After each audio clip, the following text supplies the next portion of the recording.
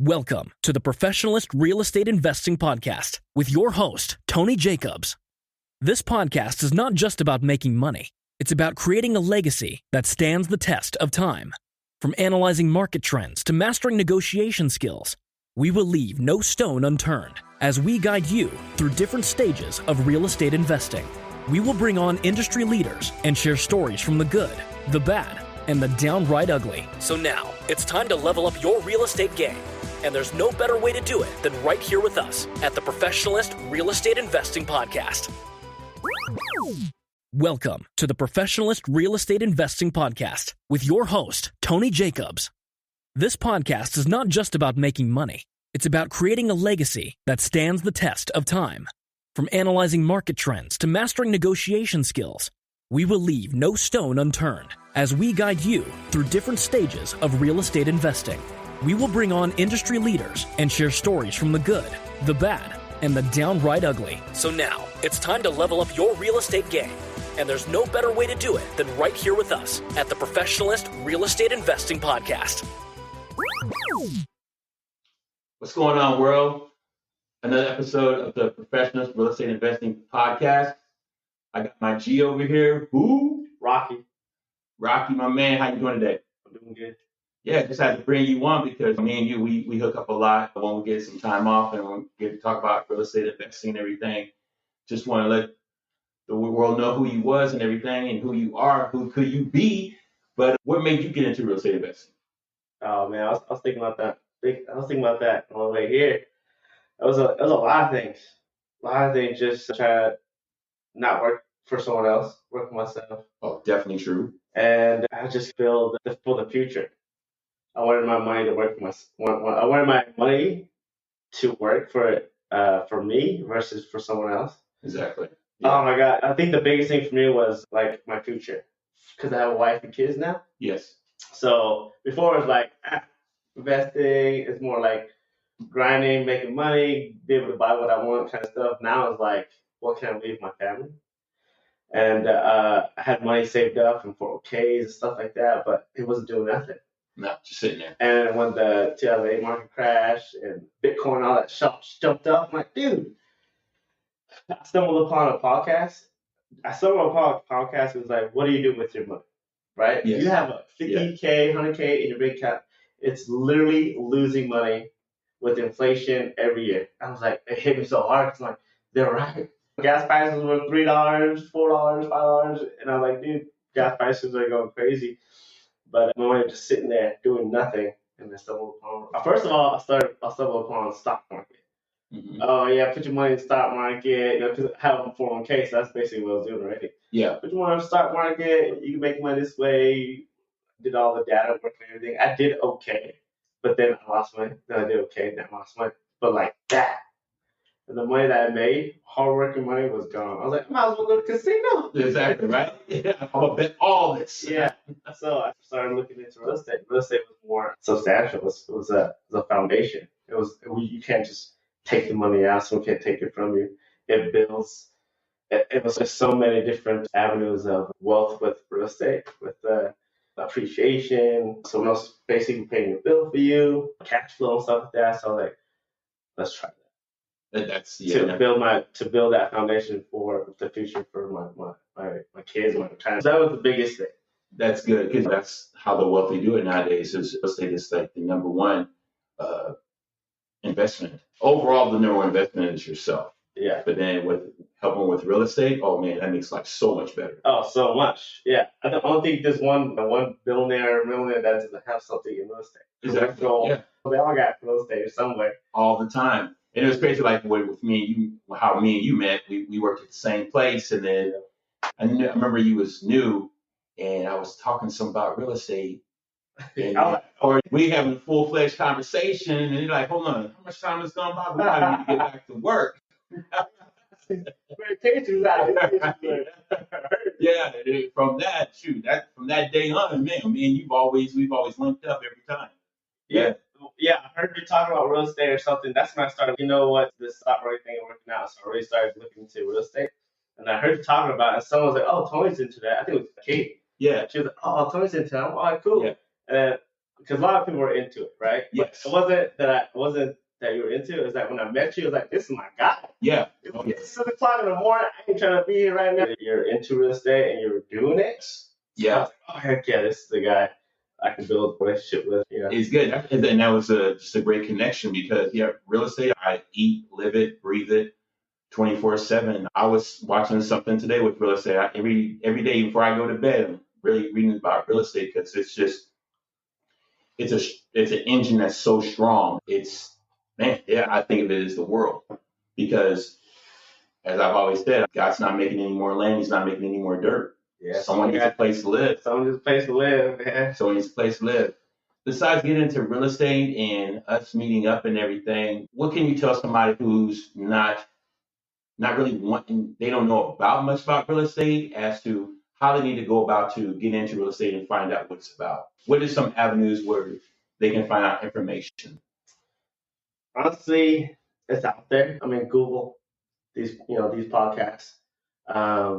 Even their neighbors will probably look at your neighbors that are in retirement. They probably got some kind of investment. Yes. You know what? I think it all comes back down to the mindset. If they're really ready to look into that, because if you really want to get into something, if I want to learn today there's books out there, there's videos and stuff. I'm gonna learn how to do it. I'm gonna learn how to do it. I don't know what kind of equipment and stuff like that. But if you're not ready to learn about it, you're not gonna learn about it. Because I got friends that want to get real estate, and I told them like, oh, well, what are you trying to do? You trying to go multifamily? You trying to go single home stuff like that? And they had no idea what I was talking about as far as like multiple doors, multiple streams of income, passive. What direction they want to go to? Yeah, I was like, dude, I know you want to get into it, but what are you doing? What are you looking into? Yes. And then you can always throw out those big names like people that are doing it, like yes, yes, and then just sit them on that path kind of stuff. But like, it's out there. Like I said, YouTube. There's books. There's all kinds of support groups on Facebook and stuff that you want to get into, and websites and stuff. But I think it comes down to the mindset. If you really want to get to it, like, you have to tell yourself like how far are you willing to go to get into it, because just like your studio right here, man. Oh yeah, I'm doing podcasts, but some people got the phone, right? They're doing it off their phone. They can start. They got no mics, they got no cameras, they got no background, they got no merch. Like, you're doing it, you do it. It's like same thing with the real estate trying to get into it. You have to really get into it. The information's out there. If you can't find it, you're not. I'm sorry to say, you ain't looking enough. Yeah. And I think too, you have to find the people who, not everyone's going to want to teach you, or not really. I say teach you, give you the proper advice. Yeah, it's hard. It's very hard nowadays. It's very hard nowadays to get that. Like, you got to be careful because you don't want to be going down the wrong hole of. Hold on a second. Why am I ending up in this courthouse again? Yeah, that reminds me. So I was talking. So the more I'm talking about real estate investing, oh, what's so much? I'm cold, why work so much? We do with the money. You're investing there. You're paying your kids' college funds off or what? And there's one guy, he's like, I do real estate. I was like, oh, really? Oh my God. You're gonna be my guy. Like, what do you do and all that stuff? And he's telling me there's certain ways you could go about it to where you don't have to pay your tax on it. You don't have to. You can get the lowest interest rate. You can get a conventional loan if you're saying that you're gonna rent it out when you live in it, or you're gonna live in it, but you're gonna actually rent it out. I'm like, all right, he's into it and he's doing it, but he's definitely not the guy I want to be into, because, like you said, I ain't trying to end up in jail. I ain't trying to pay taxes. If you're gonna do it, exactly. All I see is, like in football, I see a whole bunch of penalty flags. Yeah. Before the kickoff even went, it's like, what you got flags for? Yeah. Too many men on the field. Yeah, you got to be with the right person, the right mindset, definitely, because everybody's mindset is not the same. It takes a lot, but then when you think about it, you're just like, wait, if I just circle myself around the right people, the right mindset as you, the right vision as you, it can go a long ways. And principles. Yes, and exactly. Morals. Yeah, because principles. This guy, he was. When we're talking and everything, it was all good until we started. Okay, how did you get that rental property? The interest rates are so high right now, and how'd you get that? And you didn't put nothing down, all this stuff. And he was just basically telling me the wrong way to go about it. You can get it, but you lying to the government, you lying to taxes, you lying to your loan officer, you lying to all kind of people. So his morals are different there. So that definitely put a little damper on me hanging out with him anymore or talking about real estate, because I ain't trying to I'm trying to do it the right way. Exactly. And world out there, I'm gonna let you know, we're not gonna direct you in the wrong way, such as that. We're not trying to have nobody up in the courthouse and being sued and everything. And OG's always told me there's a right way of doing things and there's a wrong way of doing things. So I'm gonna take that. I remember that dude told me that. I called you up like, hey man, you hear about this? I know what he's talking about, but what do you think about it? Don't do it. Don't do it. I was like, yeah, I ain't trying to do it. It's just crazy because the easy way out. There's always the easy way out. There's always like quick money kind of stuff. I'm trying to build like I said, like some legacy, something that's longevity, something that has a good moral foundation. I'm trying to buy a slum house and just just rent off to whoever can afford it kind of thing. So that's what I was trying to. And I view too, the person who makes quick money, boy, that, as quick as they get it, as quick as it can leave them too. Yeah. Be away from them too. Just like the stock market, I put some money into it. I made some money, but not as much to where I was like, oh my god, I'm rolling. Yeah. But I lost as quick as I made it too, and it was nothing. There was nothing telling me that I can do it again. I can do it again. I was like, nah, just not. Real estate, in my opinion, in a lot of people's opinion, people who have way more money than us put together in real estate, that's exactly where it's at. And like you said, with the mindset, yeah, I view too also what certain books I read a lot. I read all the time. There's certain books and I find gems all the time. I can find gems in other people's podcasts. I'm not restricted to just the people who I talk to. There's the people out there that give a lot of beneficial information for people, and I'll be taking down notes because it's just like if you good. I have to say, good people recognize good people, and they're going to lead you the right way.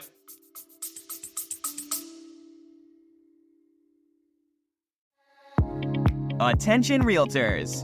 First impressions are so important for real estate sales. Having a clean logo with easy-to-read information can impress a buyer and potentially get you that sale.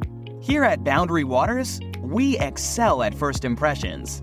If you need a logo or lawn signs, give us a call. Our experience at signs and banners have been proven for over a decade.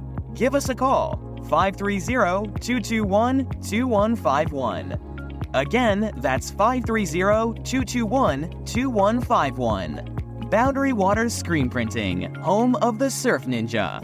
www.boundarywatersinc.com.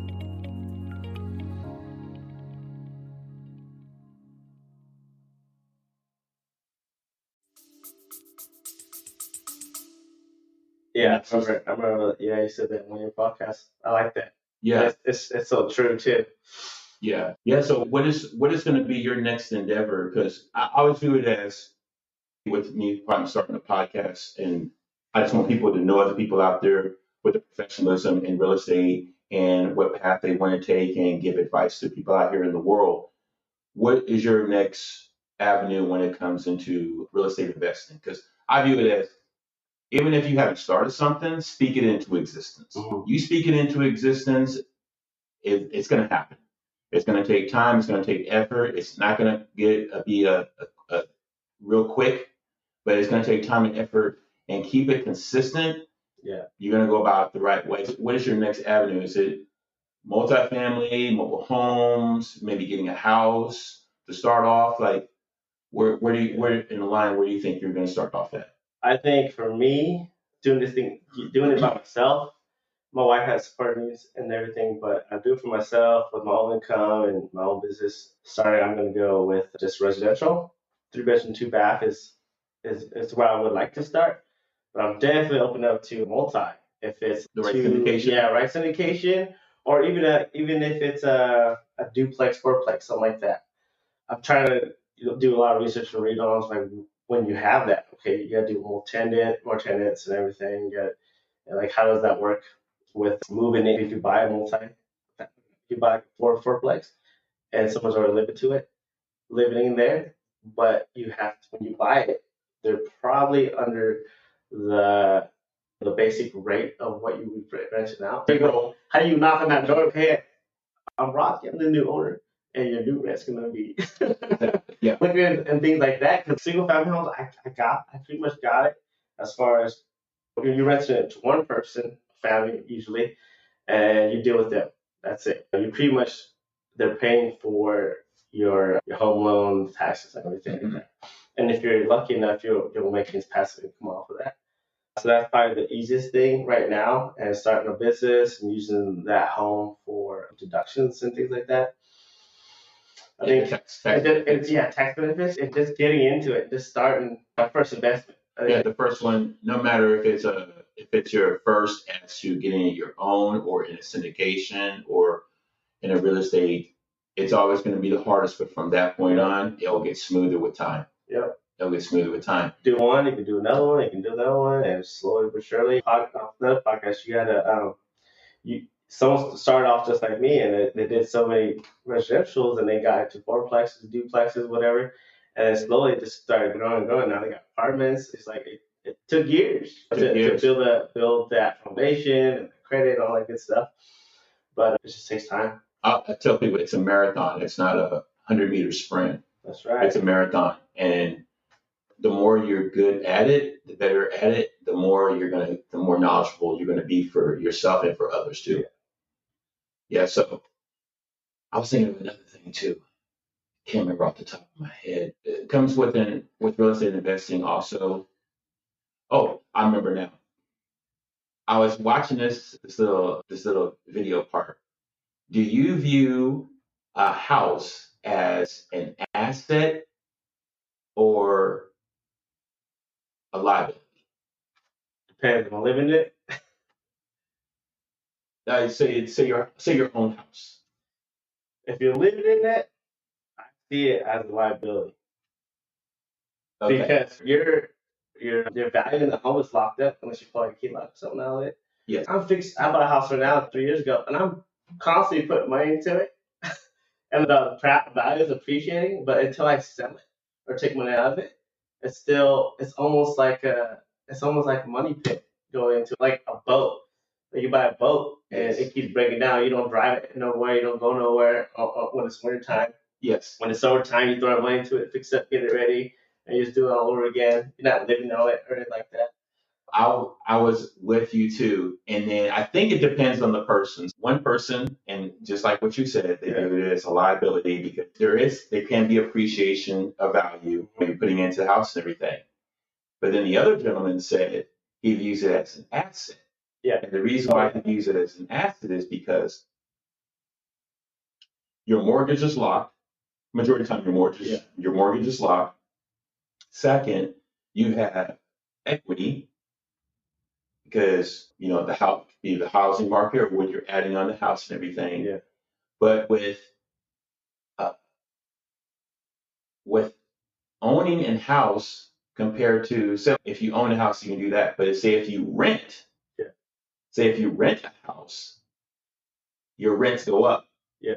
And I was just like, hold on a second. Oh my goodness. So say if you, like I said, if you rented out a house, I was thinking about this. When you rent out a house, you actually can provide by having your rents up. Yeah. And growing equity at the same time. And it's just okay. Just little strategies here and there that make me go. Yeah, I get it. I get what he's trying to say.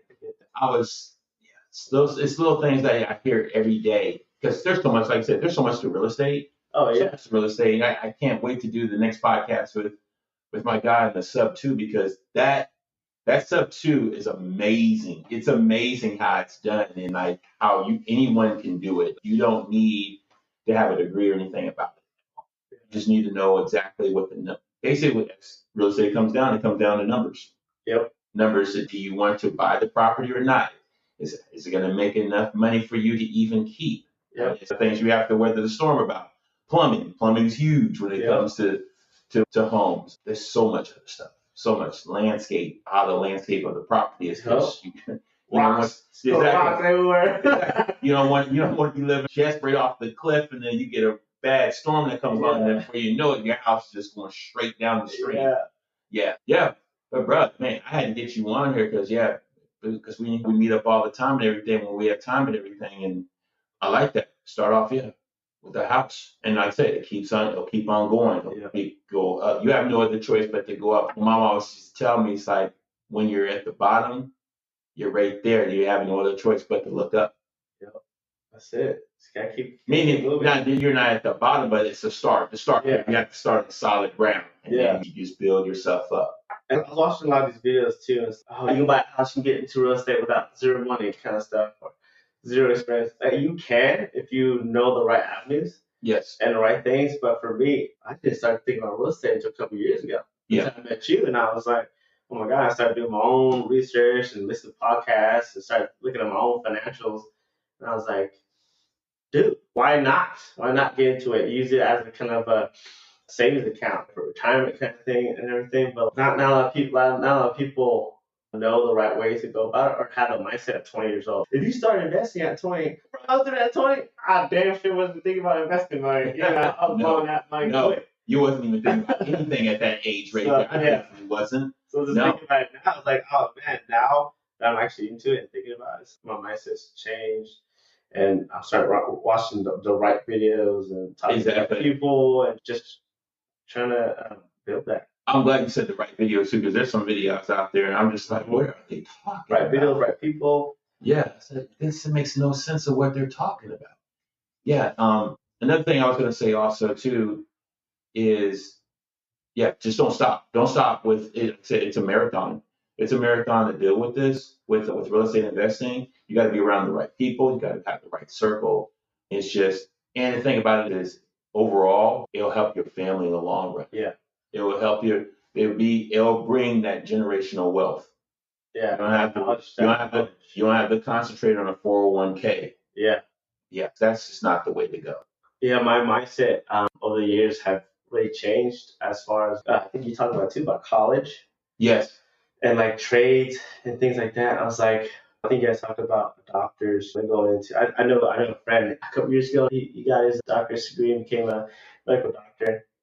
He had a wife and kids, and he's finally going to start paying off that loan, that student loan. How much is student loan? His undergrad, pre-med, man, all that stuff, and he's $150K. Ooh. I was like, that is crazy. Yeah, but I paid off a couple years on. That's amazing, right? That is amazing that you can pay it off that fast. Man, if you are able to take that money and throw it into real estate, buy a house like a $250, $300K house, and drop $100K on each house, you would have 6-7 houses, passive income coming in. And you'll probably be a lot more happier because you weren't grinding those 8 years doing that. Oh, yeah. But like, I think going back to what you were talking about in the other podcast, if you want to get into that medical and take care of people and do that, awesome. That's great. Yes. But there is different avenues. I never thought I'd be a nurse growing up. I always thought being a nurse was for smart people, you know? And my grades spoke for itself in high school, but I was like, I wasn't the smart kid. But it wasn't either, especially not in English. And then it wasn't until I took school seriously, and I was like, oh, this is what I want to do, career and a job kind of thing. So I did the nursing, and now I'm doing it and making good money. But now I always thought, oh, real estate's not for me. That's for smart people. That's for smart people that have money. And now that I'm thinking about it, you don't have to be smart to do it. No, you don't. And you ain't got to have a lot of money. No, you do have to have some, right? And that's the part about it. You have to have some, but man, you don't need that much. No, you don't. If you really think about it, depending on what your goal is and stuff. But exactly. But man, so now in the mindset, I can probably do this too. And I've done my homework for the most part. Talked to the loan officers. I got my LC set up. You done your due diligence. I got some numbers set up. I got things paid down. So now I'm to the point where I need to save some money so I can have a down payment. Look at the loan situations, the interest rates, and buying points down, and all that good stuff. And seeing if I can get a home that's gonna give me cash flow, or is it gonna just help me build my wealth for the long term?